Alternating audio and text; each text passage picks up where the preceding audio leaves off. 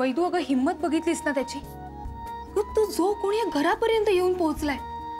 वैदू काळजी घे ग. मला ना यात काळजी घेण्यासारखं खरंच काही वाटत नाही. आय मीन मला हे सगळं खूप क्यूट वाटतंय. आणि समजा तो इथे आलाय तर तो माझ्या समोर का येत नाहीये? वैदू हे असेच असतात, घाबरट नाही, क्यूट.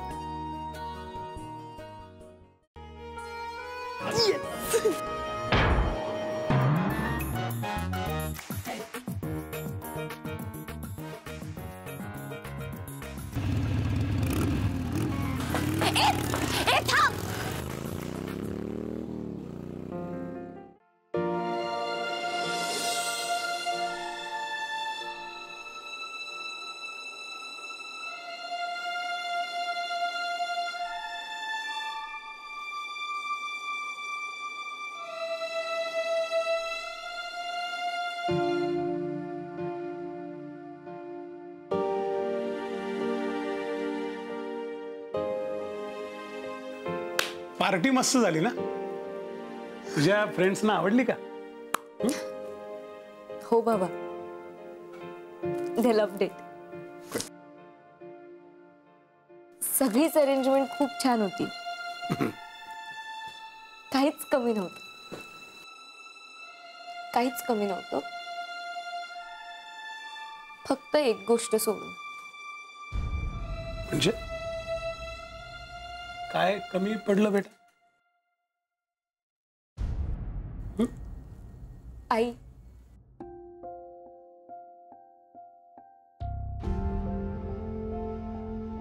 बाबा मी आईला खूप मिस करते. मला लहानपणी ती असताना आपण साजरे केलेले सगळे वाढदिवस आठवले.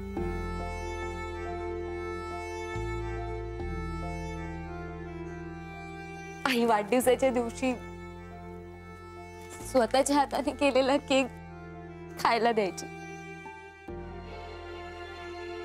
नंतर तिची श्रद्धा म्हणून औक्षण करायची. मस्त मस्त फ्रॉक द्यायची. आज तुम्ही दिलेला हा ड्रेस बघून ना मला ते सगळे फ्रॉक्स आठवले. आणि मी ते सगळे फ्रॉक जपून ठेवले तर वॉर्डरोब मध्ये.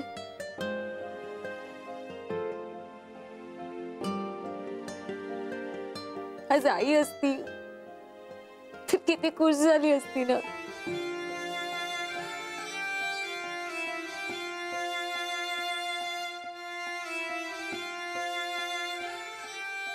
हो बेटा, तुझी आई होतीच तशी ग.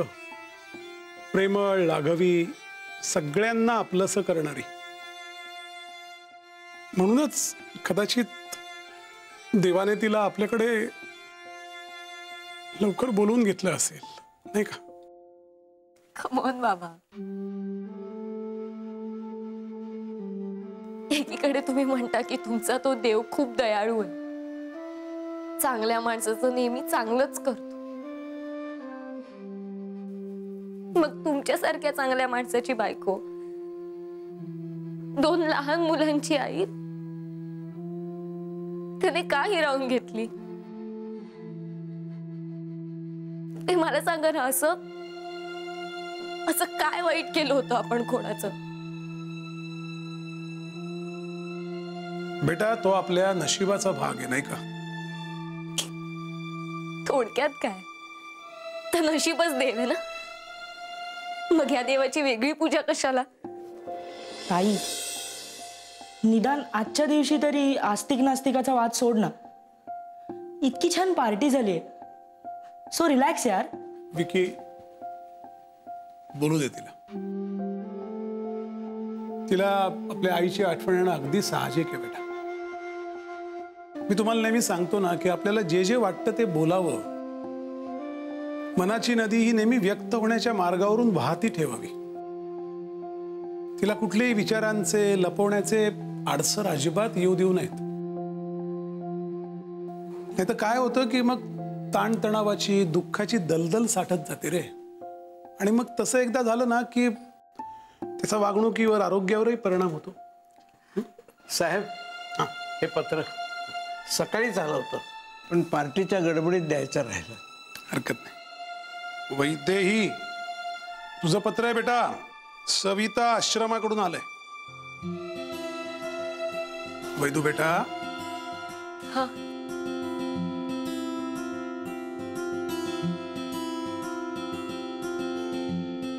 रिसिट असेल बहुतेक.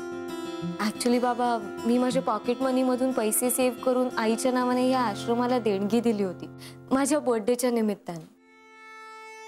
विकुडी, आपल्याला आई नाही, पण आपल्या बाबांनी आपली आई बनवून आपल्याला लहानाचं मोठं केलं. पण अशी अनेक मुलं आहेत ज्यांना ह्या जगात कोणीच नाही. त्यांच्या संगोपनासाठी माझी ही छोटीशी मदत आईच्या नावाने. ती आपल्यात नसली तरी तरी या देणगीच्या रूपाने ती अनेक मुलांच्या आयुष्यात आनंद पसरवत राहील. आई नसण्याचे दुःख आई नसल्याचा अनुभव घेतलेलाच समजू शकतो. वैदेही, काय बोलू ग बेटा मी आता. आज तुझ्या रूपानं आरूलाच बघतोय बरं का मी. म्हणजे मी तुला जगायला आवश्यक असं बाह्यरंग आणि बापाचं प्रेम फक्त दिलंय, पण तुझं अंतरंग, तुझे विचार हे आरूनेच तुला जन्मजात दिलेले आहेत. आज तुझ्या रूपानं आरूच आपल्या जिवंत आहे, नाही का.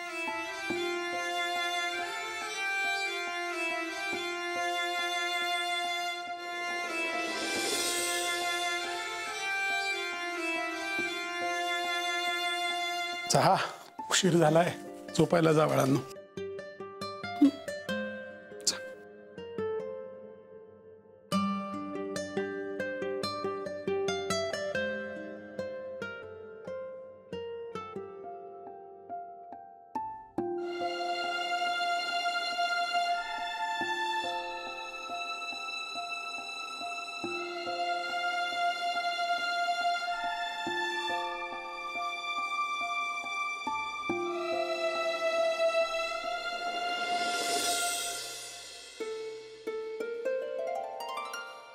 या राणी सरकार, दमलीस ना? नाही रे, दमायला काय झालंय, उलट मज्जा आली आज. आज किती दिवसांनी असं मस्त पार्टीच्या वातावरणात जाता आलं. रुटीन मधून एक मस्त ब्रेक मिळाला. किती वेळा सांगतो तुला, एखादी किटी पार्टी जॉईन कर, एखादा ग्रुप जॉईन कर, सोशल सर्कल बनव. पटत नाही तुला. आज जरा सोशलाइज झालीस तर किती मजा आली बघ तुलाच. माझं सोशल लाईफ आणि पर्सनल लाईफ सगळं फक्त तू आहेस.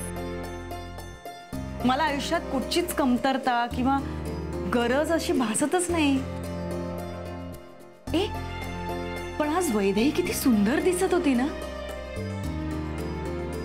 आई वेगळी पोर, पण काकांनी खूप छान संस्कार केलेत रे तिच्यावर.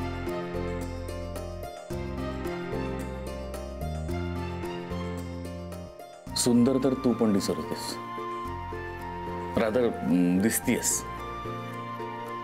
माझं लक्ष तर फक्त तुझ्याकडे होतं. आता जास्त लाडा देऊ नकोस. लाडात नाही, खरंच सांगतो. खरंच खूप सुंदर दिसत होतीस, सुंदर हसत होतीस. त्या बाळाशी खेळताना किती मस्त वाटत होतं बघताना. खुश होतीस खूप. खुश तर मी होतेच, पण फक्त त्या क्षणापुरती. ते मूल, तो आनंद फक्त त्या वेळाकरता माझा होता. पण मला माझं मूल, माझा आई होण्याचा आनंद का मिळाला नसेल रे? तुला माहितीये अनिल, अशी छान गोंडस मऊ मऊ बाळ बघितली, त्यांना असं कुशीत घेतलं ना की माझ्यात ना काहीतरी कुठेतरी असं उचंबळून येतं. आणि मग असं वाटतं त्या बाळांना कुठे जाऊच देऊ नये.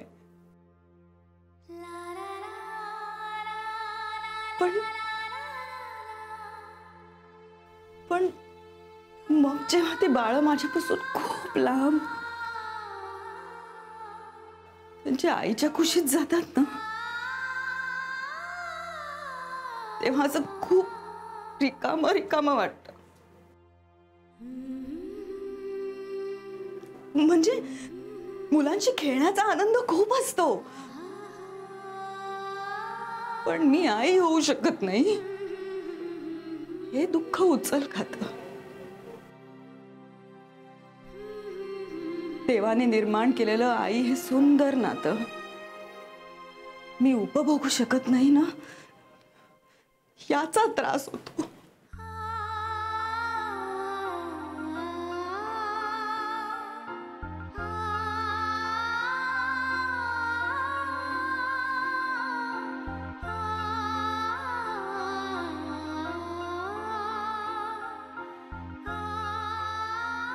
समजतंय मला अर्चू, पण त्रास करून घेऊन त्रास कमी होत असता तर जगात त्रास शिल्लकच राहिला नसता, हो की नाही? हे बघ, त्याने आपल्या झोळीत टाकलंय ना, तेवढं आपण गोड मानून घ्यावं.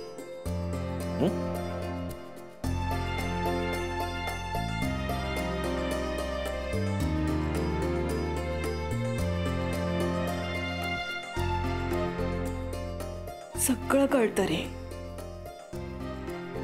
पण कधीतरी असं वाटून जातं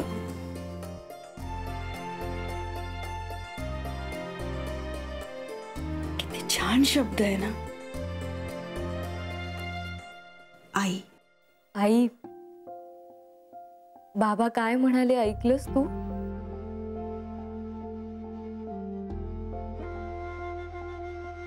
ते म्हणाले की तू माझ्या रूपाने जिवंत आहेस.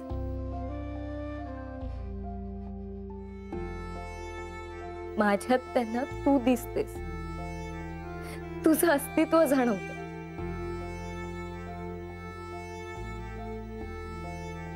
पण माझं काय ग आई? मला ना तू दिसतेस ना तुझं अस्तित्व जाणवतं. मला ना तू फक्त आठवतेस, रोज आठवतेस. सकाळी उठताना अलार्म वाजला की हळूच माझ्या डोक्यावरून हात फिरून वैदू बाळ उठायचं ना, शाळेत जायचं ना असं विचारताना आठवतेस. तयार होऊन कॉलेजला निघताना माझ्या घट्ट वेण्या घालून मला शाळेसाठी तयार करणारी तू आठवतेस. आणि जेवताना तू स्वतः तुझ्या हाताने तयार केलेला मऊ मऊ भात आठवतो. कधी ठेच लागल्यावर तोंडातून आपसुकच आई ग बरोबर तुझा काळजीने त्रासलेला चेहरा आठवतो. मला ना आज तुझी खूप आठवण येते.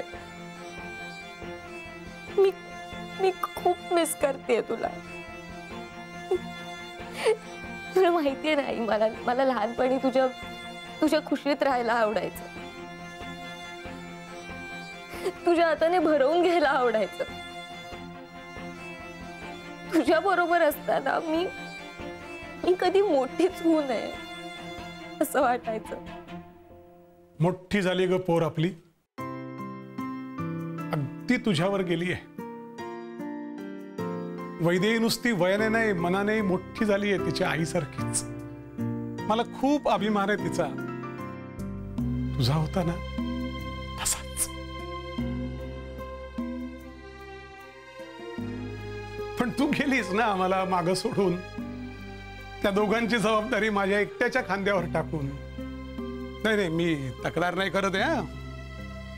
तुला थांबवणं जसं माझ्या हातात नव्हतं तसं तुझं जाणं तुझ्याही हातात नव्हतं. जे नियतीच्या मनात होतं तेच झालं. पण तू अकाली आणि लवकर गेलीस. मी माझ्या पद्धतीने मुलांचा सांभाळ केला, त्यांना तुझी शिकवण द्यायचा प्रयत्न केला. आणि आज वैदेहीला पाहून मात्र तो प्रयत्न यशस्वी झाल्याचं समाधान आहे बरं का. नक्कीच तुझी उणीव जाणवतेच आहे ग, काय आयुष्यभर जाणवत राहील.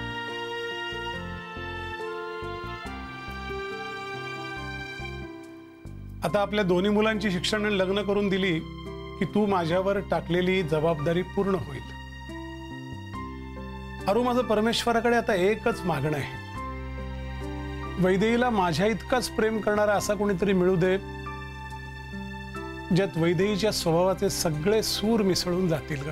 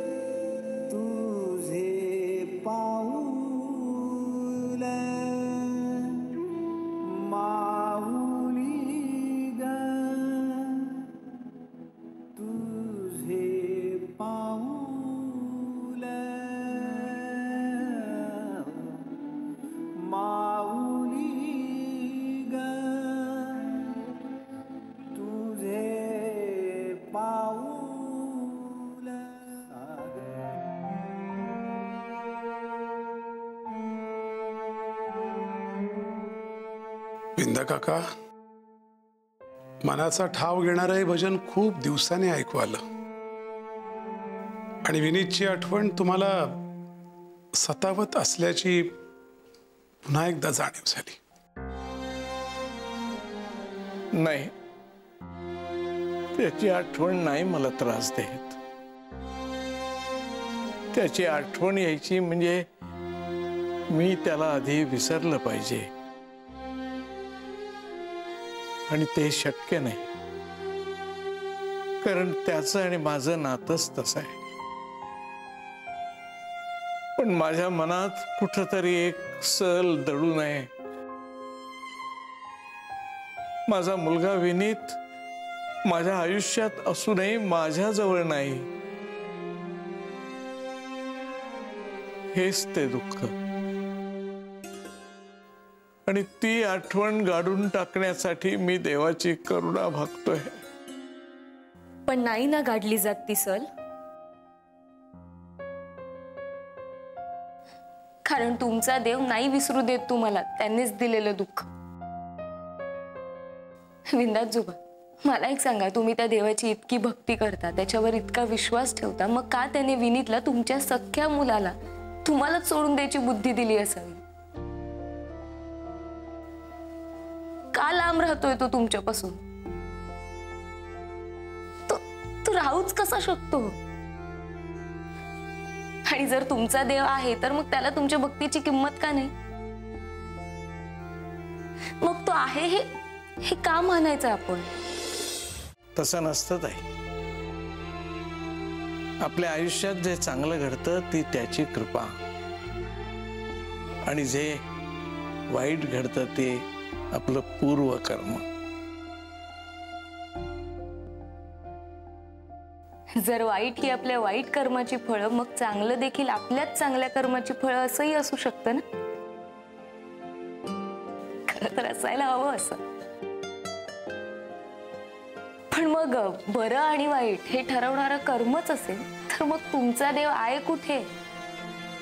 कारण जर तुमचा देव असता आणि तो योग्य निर्णय घेत असताना तर चांगल्या लोकांच्या आयुष्यातून त्यांच्या जवळची माणसं त्यांनी हिरावून नसती नेली असती का?